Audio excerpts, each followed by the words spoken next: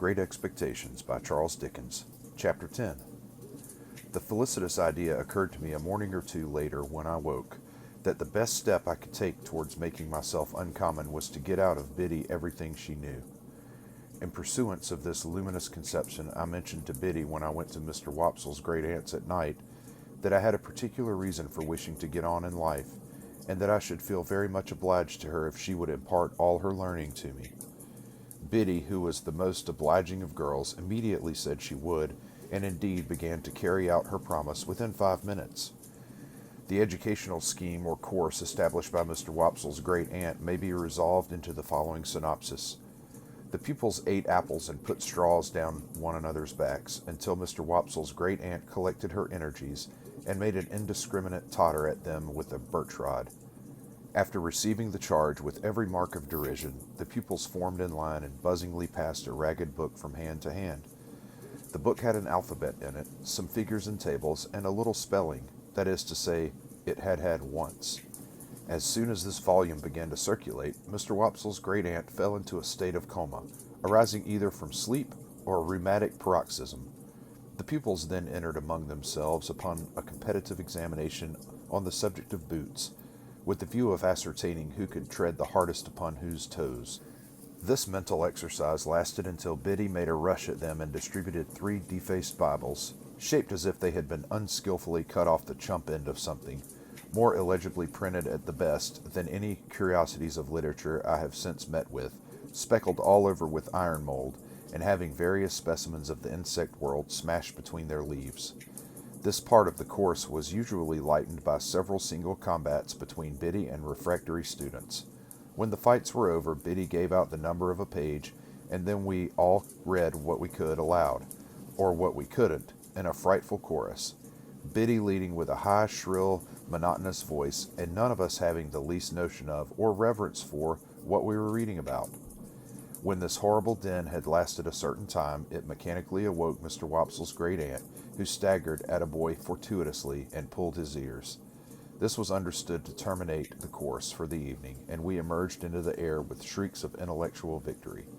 It is fair to remark that there was no prohibition against any pupil's entertaining himself with a slate or even with the ink when there was any, but that it was not easy to pursue that branch of study in the winter season on account of the little general shop in which the classes were holden, and which was also Mr. Wopsle's great aunt's sitting room and bedchamber, being but faintly illuminated through the agency of one low-spirited dip candle and no snuffers. It appeared to me that it would take time to become uncommon under these circumstances. Nevertheless, I resolved to try it, and that very evening Biddy entered on our special agreement by imparting some information from her little catalogue of prices under the head of moist sugar, and lending to me, to copy at home, a large old English D which she had imitated from the heading of some newspaper, and which I supposed, until she told me what it was, to be a design for a buckle. Of course there was a public house in the village, and of course Joe liked sometimes to smoke his pipe there. I had received strict orders from my sister to call for him at the 3 Jolly Bargemen that evening on my way from school, and bring him home at my peril. To the 3 Jolly Bargemen, therefore, I directed my steps. There was a bar at the Jolly Bargemen, with some alarmingly long chalk scores in it on the wall at the side of the door, which seemed to me to be never paid off. They had been there ever since I could remember, and had grown more than I had. But there was a quantity of chalk about our country, and perhaps the people neglected no opportunity of turning it into account. It being Saturday night, I found the landlord looking rather grimly at these records, but as my business was with Joe and not with him, I merely wished him good evening and passed into the common room at the end of the passage, where there was a bright, large kitchen fire, and where Joe was smoking his pipe in company with Mr. Wopsle and a stranger. Joe greeted me as usual with, "Hello, Pip, old chap," and the moment he said that, the stranger turned his head and looked at me. He was a secret-looking man whom I had never seen before. His head was all on one side, and one of his eyes was half shut up, as if he were taking aim at something with an invisible gun. He had a pipe in his mouth, and he took it out, and after slowly blowing all his smoke away and looking hard at me all the time, nodded. So I nodded, and then he nodded again and made room on the settle beside him that I might sit down there. But as I was used to sit beside Joe whenever I entered that place of resort, I said, "No, thank you, sir," and fell into the space Joe made for me on the opposite settle. The strange man, after glancing at Joe and seeing that his attention was otherwise engaged, nodded to me again when I had taken my seat, and then rubbed his leg, in a very odd way as it struck me. "You were saying," said the strange man, turning to Joe, "that you was a blacksmith?" "Yes, I said it, you know," Joe said. "What'll you drink, Mr. You didn't mention your name, by the by." Joe mentioned it now, and the strange man called him by it. "What'll you drink, Mr. Gargery, at my expense, to top up with?" "Well," said Joe, "to tell you the truth, I ain't much in the habit of drinking at anybody's expense but my own." "Habit? No," returned the stranger, "but once in a way, and on a Saturday night, too. Come, put a name to it, Mr. Gargery." "I wouldn't wish to be stiff company," said Joe. "Rum." "Rum," repeated the stranger. "And will the other gentleman originate the sentiment?" "Rum," said Mr. Wopsle. "Three rums," cried the stranger, calling to the landlord. "Glasses round." "This other gentleman," observed Joe, by way of introducing Mr. Wopsle, "is a gentleman that you would like to hear give it out. Our clerk at church." "Aha!" said the stranger quickly, and cocking his eye at me. "The lonely church, right out on the marshes, with graves round it." "That's it," said Joe. The stranger, with a comfortable kind of grunt over his pipe, put his legs up on the settle that he had to himself. He wore a flapping, broad-brimmed traveller's hat, and under it a handkerchief tied over his head in the manner of a cap, so that he showed no hair. As he looked at the fire, I thought I saw a cunning expression, followed by a half-laugh, come into his face. "I am not acquainted with this country, gentlemen, but it seems a solitary country toward the river."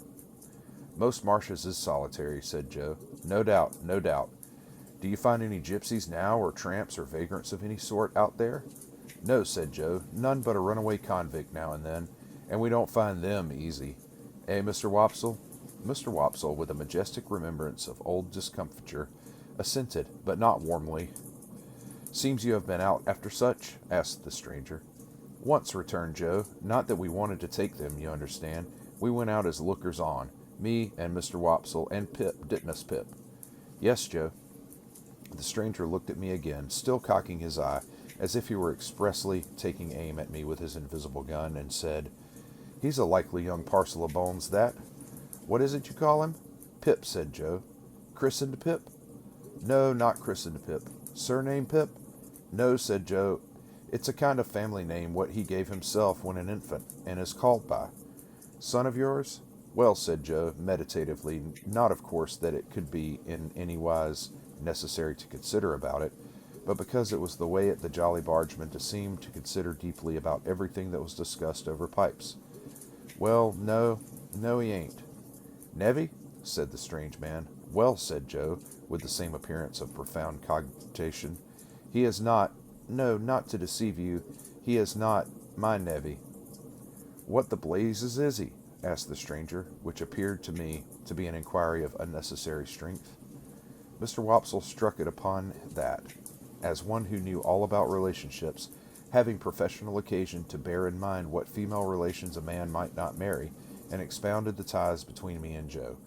Having his hand in, Mr. Wopsle finished off with a most terrifically snarling passage from Richard III, and seemed to think he had done quite enough to account for it when he added, as the poet says, and here I may remark that when Mr. Wopsle referred to me, he considered it a necessary part of such reference to rumple my hair and poke it into my eyes. I cannot conceive why everybody of his standing who visited at our house should always have put me through the same inflammatory process under similar circumstances. Yet I do not call to mind that I was ever in my earlier youth the subject of remark in our social family circle, but some large-handed person took some such ophthalmic steps to patronize me. All the while, the strange man looked at nobody but me, and looked at me as if he were determined to have a shot at me at last, and bring me down. But he said nothing after offering his Blue Blazes observation until the glasses of rum and water were brought, and then he made his shot, and a most extraordinary shot it was. It was not a verbal remark, but a proceeding in dumb show, and was pointedly addressed to me. He stirred his rum and water pointedly at me, and he tasted his rum and water pointedly at me, and he stirred it, and he tasted it, not with a spoon that was brought to him, but with a file. He did this so that nobody but I saw the file, and when he had done it, he wiped the file and put it in a breast pocket. I knew it to be Joe's file, and I knew that he knew my convict the moment I saw the instrument. I sat gazing at him, spellbound. But he now reclined on his settle, taking very little notice of me, and talking principally about turnips. There was a delicious sense of cleaning up and making a quiet pause before going on in life afresh in our village on Saturday nights, which stimulated Joe to dare to stay out half an hour longer on Saturdays than at other times. The half hour and the rum and water running out together, Joe got up to go and took me by the hand. "Stop half a moment, Mr. Gargery," said the strange man. "I think I've got a bright new shilling somewhere in my pocket, and if I have, the boy shall have it." He looked it out from a handful of small change, folded it in some crumpled paper, and gave it to me. "Yours," said he. "Mind your own." I thanked him, staring at him far beyond the bounds of good manners, and holding tight to Joe. He gave Joe good night, and he gave Mr. Wopsle good night, who went out with us, and he gave me only a look with his aiming eye. No, not a look, for he shut it up, but wonders may be done with an eye by hiding it. On the way home, if I had been in a humor for talking, the talk must have been all on my side, for Mr. Wopsle parted from us at the door of the Jolly Bargeman, and Joe went all the way home with his mouth wide open, to rinse the rum out with as much air as possible. But I was in a manner stupefied by this turning up of my old misdeed and old acquaintance, and could think of nothing else. My sister was not in a very bad temper when we presented ourselves in the kitchen, and Joe was encouraged by that unusual circumstance to tell her about the bright shilling. "A bad 'un, I'll be bound," said Mrs. Joe triumphantly, "or he wouldn't have given it to the boy. Let's look at it." I took it out of the paper, and it proved to be a good one. "But what's this?" said Mrs. Joe, throwing down the shilling and catching up the paper. "Two 1-pound notes?" Nothing less than two fat, sweltering 1-pound notes that seemed to have been on terms with the warmest intimacy with all the cattle markets in the county. Joe caught up his hat again, and ran with them to the Jolly Bargeman to restore them to their owner. While he was gone, I sat down on my usual stool and looked vacantly at my sister, feeling pretty sure that the man would not be there. Presently Joe came back, saying that the man was gone, but that he, Joe, had left word at the 3 Jolly Bargemen concerning the notes. Then my sister sealed them up in a piece of paper and put them under some dried rose leaves in an ornamental teapot on the top of a press in the state parlor. There they remained, a nightmare to me, many and many a night and day. I had sadly broken sleep when I got to bed, through thinking of the strange man taking aim at me with his invisible gun, and of the guiltily coarse and common thing it was to be on secret terms of conspiracy with convicts, a feature in my low career that I had previously forgotten. I was haunted by the file, too. A dread possessed me that when I least expected it, the file would reappear. I coaxed myself to sleep by thinking of Miss Havisham's next Wednesday, and in my sleep I saw the file coming at me out of a door, without seeing who held it, and I screamed myself awake.